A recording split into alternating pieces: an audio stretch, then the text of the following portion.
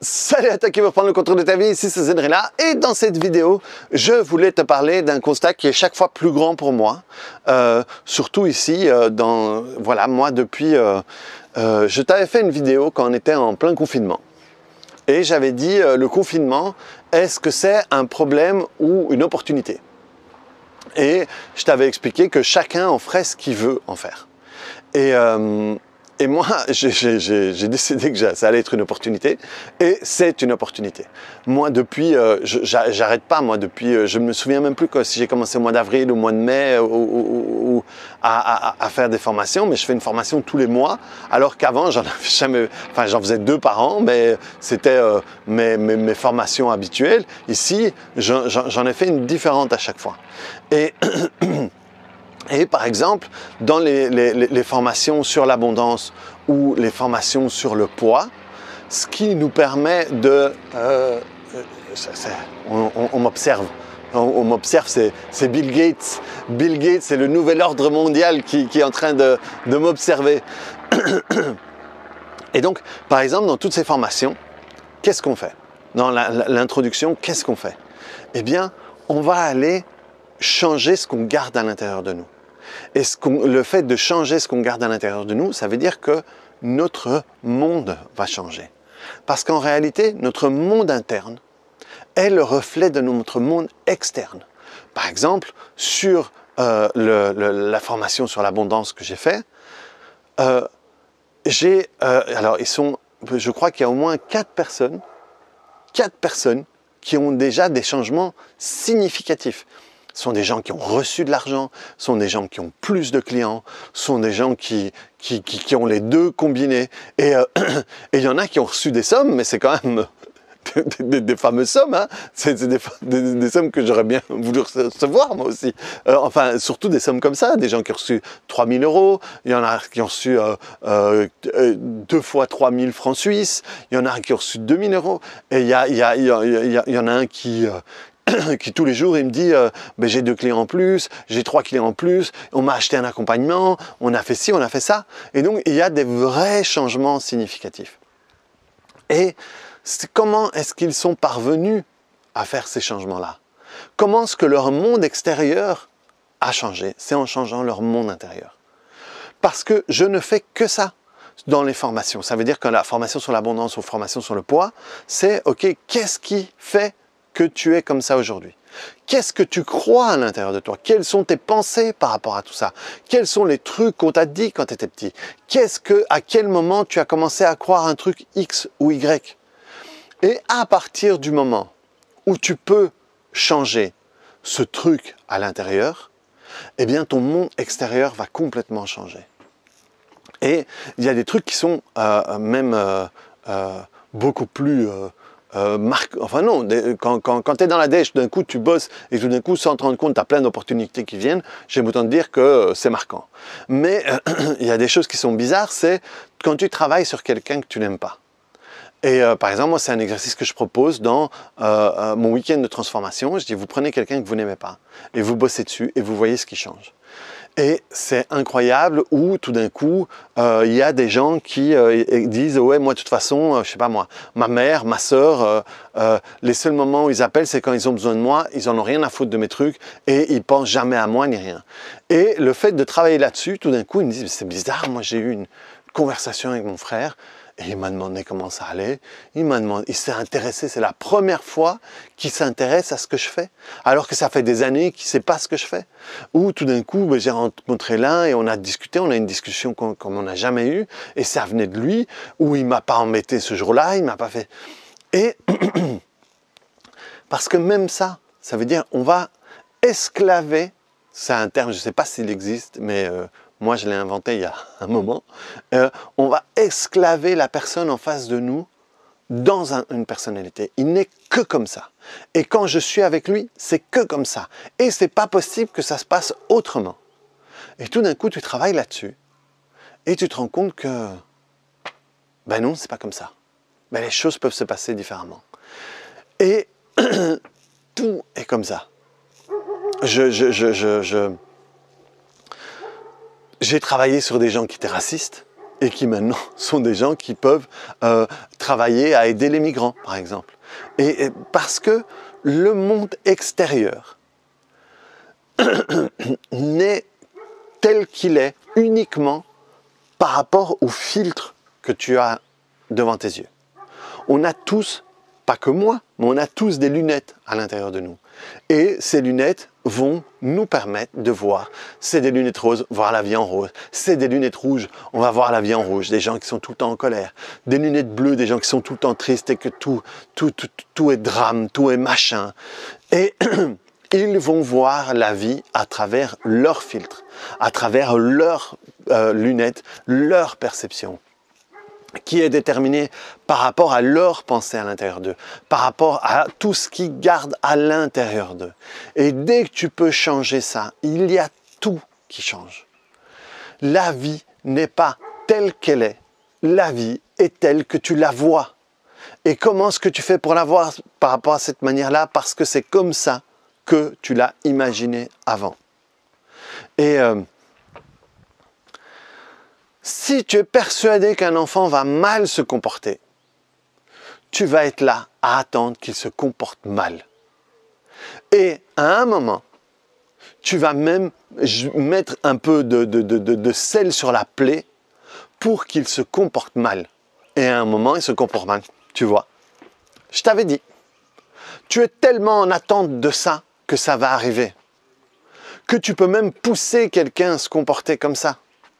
Combien de fois il y a eu des gens qui étaient, parce qu'ils ont été trompés dans le passé, qui étaient persuadés que les gens allaient leur nouveau conjoint allait les tromper, qu'à la fin ils le trompent. Et le conjoint dit « Je ne comprends pas, je n'ai jamais trompé quelqu'un dans ma vie, c'est la première personne que j'ai fait. » Mais à un moment, j'en pouvais plus. Et ce n'est pas à cause de l'un ou l'autre. Chacun choisit et chacun est responsable de ce qu'il décide de faire au bout du compte. Mais des histoires comme ça, je peux t'en raconter 1000. La vie va être telle que tu veux qu'elle soit. Elle ne va pas être telle qu'elle est. Si tu es dans la dèche et que tu es dans la dèche et que tu gagnes au loto, tu vas te retrouver dans la dèche à un moment ou à un autre. Ces histoires, il y en a plein, mais regardez les sportifs. Il y a des gens qui sont sportifs, qui viennent d'endroits où il y a de la pauvreté et qui n'ont pas réglé leurs problèmes de pauvreté, qui continuent à être pauvres à l'intérieur d'eux. Et tout d'un coup, ce sont des gens à qui on donne énormément d'argent. Vous savez le nombre de sportifs qui sont en banqueroute? Il y en a plein qui se retrouvent après à faire des trucs minables, quoi. Je peux vous donner des exemples. Hein, à un moment, Shaquille O'Neal, il était dans la dèche.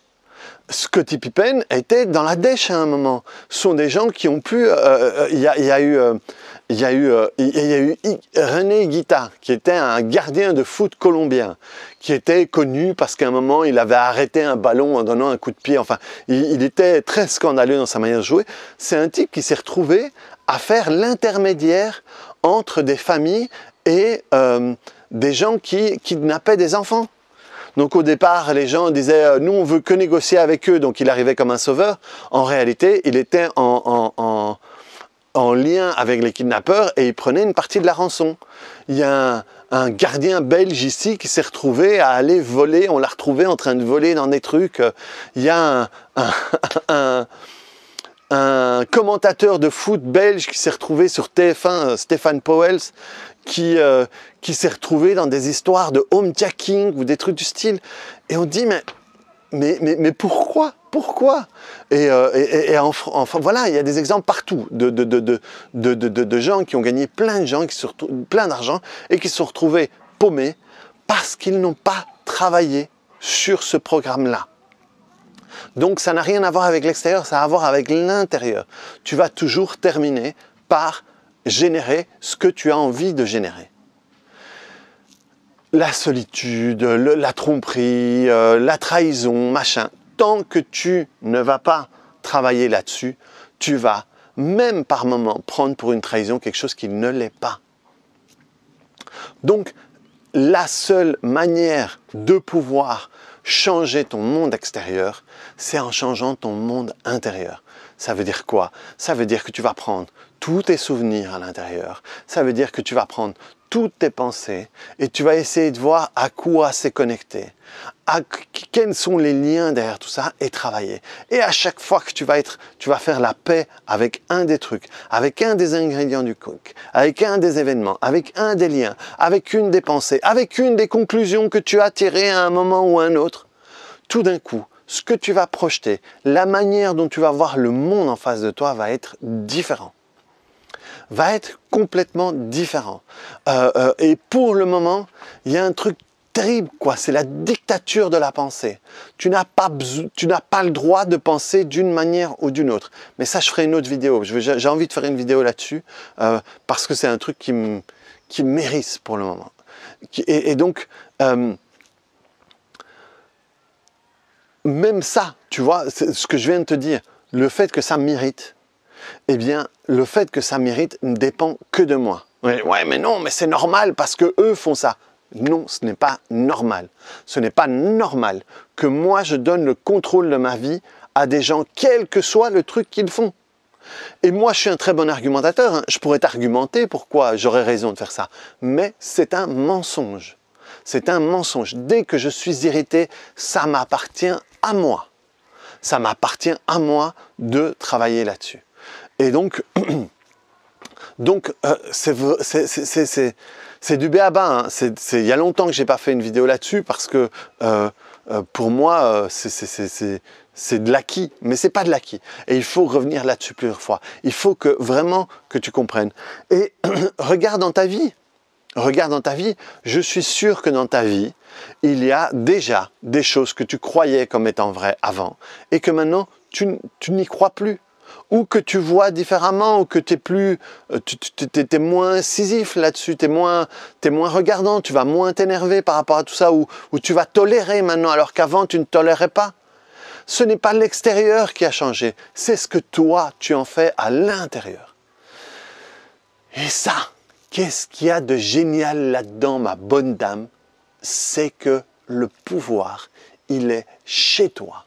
Et que ça dépend de toi et uniquement de toi et de personne d'autre. Ça ne dépend pas, la personne qui est en face de toi, qui t'active, elle ne doit pas arrêter de faire ça pour que toi, tu te sentes différemment. Toi, tu dois travailler sur toutes les raisons que tu as d'être énervé par rapport au comportement de la personne pour que ça ne t'énerve plus. Non seulement ça ne va plus t'énerver, mais tout d'un coup, tu vas arrêter de le voir parce que ça va perdre son importance. Et donc, ton système d'activation réticulée ne va plus l'apporter à ton conscient. Et tout ça dépend de toi. Tout ça, c'est toi qui as le contrôle là-dessus. Donc voilà, reprends le contrôle de ta vie par rapport à tout ça. Fais le constat des pensées que tu as le plus souvent, des choses qui t'activent le plus souvent, des choses qui t'irritent le plus souvent. Et bosse là-dessus. Viens me voir si c'est nécessaire. Viens à une de mes formations si tu veux apprendre à le faire sur toi. Viens, voilà. Si tu veux apprendre à faire ça sur les autres, viens sur mes formations. Tout ce que j'ai fait comme formation sur le moment, j'ai les week-ends, les week-ends de transformation. Tu viens pendant un week-end, je t'explique comment l'utiliser sur toi. Je te fais faire des exercices qui vont t'aider à transformer ta vie. En plus, pour le moment, pour quasiment toutes les formations, je te donne les replays. Tu peux le faire plein de fois chez toi. Sur l'abondance, tu peux transformer la manière dont tu vois ta vie, la manière dont tu gagnes ta vie, la manière dont tu crois que tu dois faire des choses pour gagner ta vie. Sur le poids, celle que je vais faire en septembre, c'est transformer les raisons pour lesquelles tu stockes, transformer les raisons pour lesquelles tu te goinfres, transformer les raisons pour lesquelles tu vas aimer un plat ou quelque chose d'autre. À chaque fois, il y a des significations. Et dès que tu changes ça, tout d'un coup, tu te rends compte que dès que tu n'as plus faim, tu peux arrêter de manger, même si tu n'as pas terminé ton assiette. Comment tu veux aider les autres? Qu'est-ce que tu peux faire pour aider les autres? À chaque fois, il y a des formations là-dessus et je vais en faire chaque fois plus. J'ai plein d'idées, je vais en faire plein. Donc, mais à chaque fois, c'est sur le même principe.